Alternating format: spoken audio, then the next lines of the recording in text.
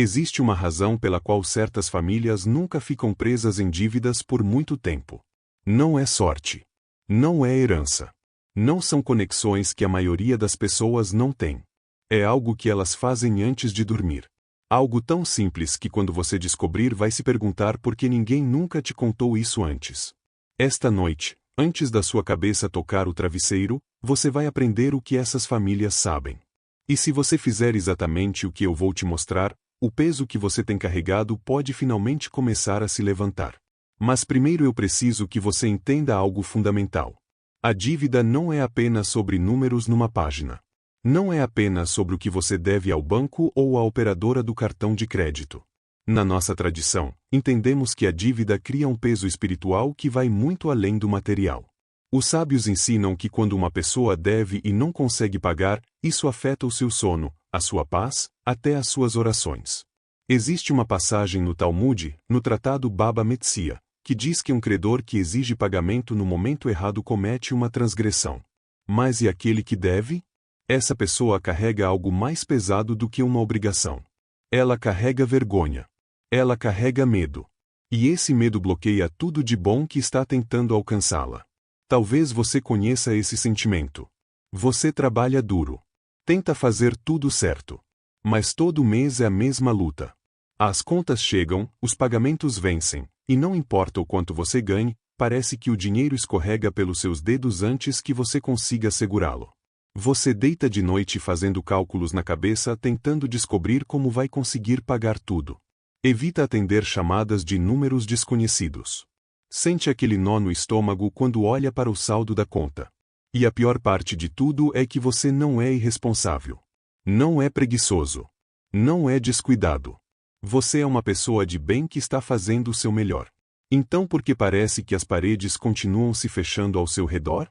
Aqui está o que eu aprendi ao longo de décadas de ensinamento transmitido de geração em geração dentro de famílias judaicas. Riqueza e pobreza não são apenas sobre o que você faz com as suas mãos durante o dia. São sobre o que você faz com a sua mente e com o seu espírito à noite. Antes do sono, a sua alma está mais aberta. As barreiras baixam. E existem certas palavras, certas orações, certos salmos que têm sido usados por milhares de anos para quebrar as correntes da escravidão financeira. Não como magia. Como alinhamento. Como uma chave que se encaixa perfeitamente numa fechadura muito antiga. Vou compartilhar com você uma prática específica envolvendo o Salmo 23. Sim, você provavelmente já ouviu esse salmo antes. A maioria das pessoas já ouviu. Mas vou te mostrar como ele tem sido usado silenciosamente, discretamente, dentro de lares que enfrentaram exatamente o que você está enfrentando agora. E vou te dizer exatamente o que escrever, onde colocar, e o que dizer antes de dormir esta noite. Não amanhã. Esta noite. Deixa eu te contar sobre uma mulher que eu conhecia há muitos anos. Seu nome era Raquel. Ela era viúva com 3 filhos, morando num apartamento pequeno. O marido havia falecido de repente, e junto com a dor da perda, ela descobriu que ele havia deixado para trás contas médicas que ela nem sabia que existiam. 23 mil reais em dívidas que caíram sobre ela como uma avalanche no momento em que ela já estava tentando simplesmente respirar. Raquel trabalhava em 2 empregos. Acordava cedo, dormia tarde, sacrificava cada momento de descanso que uma pessoa naquela situação nem ao menos teria direito de ter. E ainda assim, todo mês, ela ficava mais para trás. Os juros cresciam. As cartas chegavam. O telefone tocava em horários que ela já havia aprendido a temer. E a angústia que ela carregava não era apenas financeira. Era o tipo de angústia que começa a questionar tudo. Que começa a fazer uma pessoa se perguntar se as coisas algum dia vão melhorar. Certa noite, sem mais saber para onde se virar, Raquel foi até a casa da avó. Uma mulher de quase 90 anos, com uma vida inteira de história gravada no rosto. Raquel se sentou à mesa da cozinha e desabou. Deixou sair tudo. As lágrimas, o desespero, as palavras que ela havia estado segurando sozinha há tempo demais. Ela disse, eu não consigo mais. Não sei o que fazer. A avó ouviu tudo em silêncio. Não ofereceu palavras vazias de consolo. Não tentou minimizar o que a neta estava sentindo. Quando Raquel terminou de falar, a velha senhora se levantou devagar, pegou uma folha de papel limpa, e com a caligrafia de quem havia escrito essas mesmas palavras muitas vezes ao longo de uma vida longa, ela escreveu o Salmo 23 à mão em hebraico. Depois dobrou o papel com cuidado. Caminhou até o quarto de Raquel. E colocou o papel embaixo do travesseiro. Então disse: esta noite, antes de dormir, você lê esse salmo em voz alta 3 vezes. Você fala com Hashem como se ele estivesse aqui nesse quarto. Você lembra a ele a promessa que ele fez. E você dorme com esse papel embaixo da cabeça todas as noites até que a dívida acabe. Raquel achou simples demais. Mas estava desesperada o suficiente para tentar qualquer coisa. Naquela primeira noite, nada pareceu diferente externamente. Mas ela dormiu. Dormiu de verdade, pela primeira vez em meses. Sem pesadelos sobre cobranças. Sem acordar às 3 da manhã em pânico, o coração disparado, a mente correndo em círculos de ansiedade. Apenas sono. Apenas descanso. Apenas paz. Na segunda semana, algo estranho aconteceu. Uma amiga ligou para ela sobre uma vaga de emprego que ela não havia procurado, num lugar melhor, com um salário mais alto. Ela foi à entrevista. Conseguiu a vaga. Na terceira semana, chegou uma carta do hospital. Havia um programa de assistência financeira que ela nunca havia sabido que existia. A dívida foi reduzida pela metade em um único documento. Dentro de 4 meses, a dívida inteira havia desaparecido. Não porque ela ganhou na loteria. Não porque algum milagre caído do céu resolveu tudo de uma vez. Mas porque portas que estavam fechadas começaram a se abrir. Porque o favor substituiu o medo. Porque algo havia mudado, não apenas ao redor dela, mas dentro dela. Agora eu preciso ser completamente claro sobre uma coisa. Isso não é superstição. Na nossa tradição, entendemos que as palavras têm poder real. Deus falou o mundo inteiro à existência. E fomos criados à sua imagem. As nossas palavras também criam. Quando você fala as palavras do Salmo 23, não está recitando poesia. Está declarando uma realidade. O Senhor é o meu pastor, nada me faltará. Isso não é um desejo. É um fato espiritual sobre o qual você está escolhendo se posicionar. Ele me faz repousar em pastos verdes. Você está dizendo à sua alma que a provisão já foi preparada para você. Mesmo que eu ande pelo vale da sombra da morte, não temerei mal algum. Você está quebrando o espírito de medo que te mantém paralisado.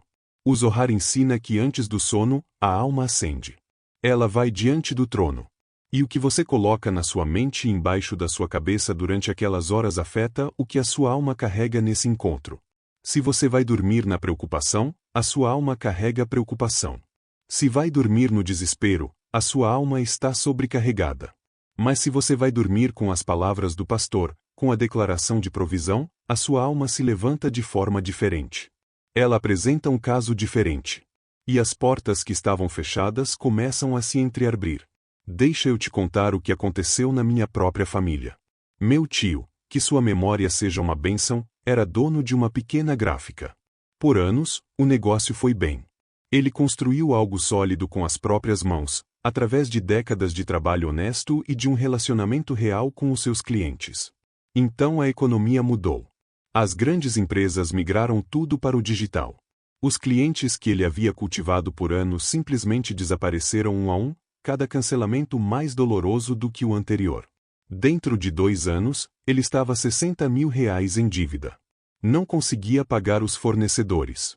Não conseguia honrar a folha de pagamento dos funcionários que haviam trabalhado com ele por anos e em quem ele se sentia responsável. Estava prestes a perder tudo o que havia construído. Meu pai sentou com ele numa sexta-feira à tarde antes do Shabat e contou sobre essa prática. Meu tio era um homem prático. Cético. O tipo de pessoa que acredita em trabalho duro e em números claros, não em rituais que parecem simples demais para serem reais. Mas meu pai disse: o que você tem a perder? Você já tentou tudo mais. E então meu tio fez. Escreveu o salmo. Colocou-o embaixo do travesseiro. E leu todas as noites antes de dormir. Ele me contou anos depois o que aconteceu. Disse que a primeira coisa que mudou não foi a conta bancária. Foi a mente. Ele parou de acordar em pavor às 4 da manhã. Parou de ver cada dia como uma nova ameaça. Começou a notar oportunidades que a ansiedade havia escondido completamente do seu campo de visão. Um cliente antigo entrou em contato sobre um novo projeto que havia surgido. Um concorrente propôs unir recursos de uma forma que beneficiava os dois. Uma dívida que ele havia aceitado como definitiva tinha uma opção de renegociação que nunca havia sido comunicada a ele de forma clara. Dentro de 8 meses, havia quitado a dívida. O negócio estava lucrativo novamente. E ele manteve aquele pedaço de papel embaixo do travesseiro por mais 3 anos depois que a dívida havia acabado. Disse que o papel lembrava a ele todas as noites que não estava sozinho na luta. Existe um ensinamento em Pirkei Avot, a ética dos pais, que pergunta: quem é rico? E responde: aquele que está satisfeito com a sua parte. Mas satisfação não significa se resignar. Significa confiar que o que você precisa já está a caminho. A dívida te faz sentir que está afundando, que nunca vai haver o suficiente. O salmo retreina a sua alma para enxergar que o pastor está te guiando para pastos verdes. Não um dia. Agora. Você simplesmente ainda não consegue vê-los porque o medo cobriu os seus olhos. Deixa eu ir mais fundo ainda. Na Cabala, aprendemos sobre o conceito de klipot, que são cascas ou barreiras espirituais que bloqueiam o fluxo da abundância. Essas klipot se formam ao nosso redor quando vivemos em medo, culpa ou vergonha. E a dívida cria exatamente as 3. Você teme o futuro. Sente culpa pelos erros do passado. Carrega a vergonha de não estar onde pensa que deveria estar. Essas emoções não são apenas sentimentos. São bloqueios. E certas orações, certos salmos, têm o poder de quebrar essas cascas. O Salmo 23 é uma das ferramentas mais potentes que temos para isso. Quando você diz Ele restaura a minha alma, está falando diretamente com a parte de você que foi esgotada pelo estresse e pela luta constante. Quando você diz Tu preparas uma mesa diante de mim na presença dos meus inimigos, está declarando que a provisão chega mesmo quando a oposição ainda é visível. A sua dívida pode ainda estar no papel amanhã de manhã. As contas podem ainda estar na caixa de correio. Mas algo dentro de você terá mudado. E essa mudança é o começo da virada. Isso não é sobre fugir da responsabilidade. Você ainda paga o que deve. Você ainda trabalha. Você ainda toma decisões sábias. Mas faz tudo isso de um lugar diferente. Não do medo, mas da fé. Não da escassez, mas da expectativa. O salmo não substitui a ação. Ele a potencializa. Ele limpa o nevoeiro para que você consiga ver o caminho. E quando você vê o caminho, você se move diferente. Fala diferente. Negocia diferente. As pessoas percebem essa diferença mesmo sem saber o que mudou. E agora deixa eu te contar sobre um casal que aconselhei há 2 anos. Eles estavam enterrados em dívidas de empréstimo estudantil. Mais de R$100.000 juntos. Os dois tinham bons empregos, mas todo mês era uma batalha que os estava destruindo por dentro. Eles brigavam sobre dinheiro constantemente. A dívida havia se tornado a terceira presença no casamento, sempre ali, sempre maior do que os dois. Eu lhes disse sobre essa prática. E disse: os dois escrevem o salmo. Os dois colocam embaixo dos travesseiros. E toda noite antes de dormir, se dão as mãos e leem juntos em voz alta. Eles fizeram isso. Dentro da primeira semana, me disseram que as brigas pararam. Não porque a dívida havia sumido, mas porque eles pararam de deixar a dívida ser a coisa mais importante no quarto. Dentro de 1 ano, haviam recebido 2 bônus inesperados no trabalho, uma restituição de imposto que não esperavam, e a remissão de uma das dívidas por conta de uma mudança de política da instituição financeira. Cortaram a dívida pela metade. E ainda fazem a prática todas as noites. Você precisa entender que o inimigo da sua prosperidade não é a dívida em si. É o acordo que você fez com a dívida. A crença de que ela sempre vai estar lá. O medo de que você nunca vai ser livre. Esse acordo é um contrato. E contratos podem ser quebrados. O Salmo quebra o contrato. Ele diz: não. Eu não concordo com essa realidade. Eu estou convocando uma diferente. A dívida é um teste. Não é um castigo. É um teste para descobrir se você vai permanecer na fé ou colapsar no medo. O povo de Israel ficou no Egito por 400 anos. Dívida geracional. Physical, emotional, spiritual. E Deus não os libertou apenas porque eram pessoas boas. Ele os libertou porque eles clamaram. Porque chamaram o seu nome. porque se lembraram da aliança. A sua dívida é o seu Egito. O salmo é o seu clamor. O papel embaixo do travesseiro é o seu altar. E toda noite que você deita em fé, está dizendo ao faraó que o tempo dele acabou. Aqui está exatamente o que você precisa fazer esta noite. Pega uma folha de papel limpa. Uma folha que você não tenha rabiscado antes. Frasca. Escreve o Salmo 23 à mão. Não imprime do computador. Escreve à mão. O ato de escrever é parte do processo. A sua mão, o seu foco, a sua intenção. Tudo isso importa. Enquanto escreve cada palavra, fala em voz baixa. Deixa as palavras pousar no seu coração. Isso não é exercício mecânico. É preparação. Quando terminar de escrever, dobra o papel 3 vezes. Não 4. Não 2. No misticismo judaico, o número 3 representa completude, criação, revelação, redenção. Você está dobrando a sua petição dentro desse padrão. Depois coloca esse papel embaixo do travesseiro. Não ao lado da cama. Não na mesinha de cabeceira. Embaixo do travesseiro. O lugar onde a sua cabeça repousa. Onde os seus pensamentos silenciam.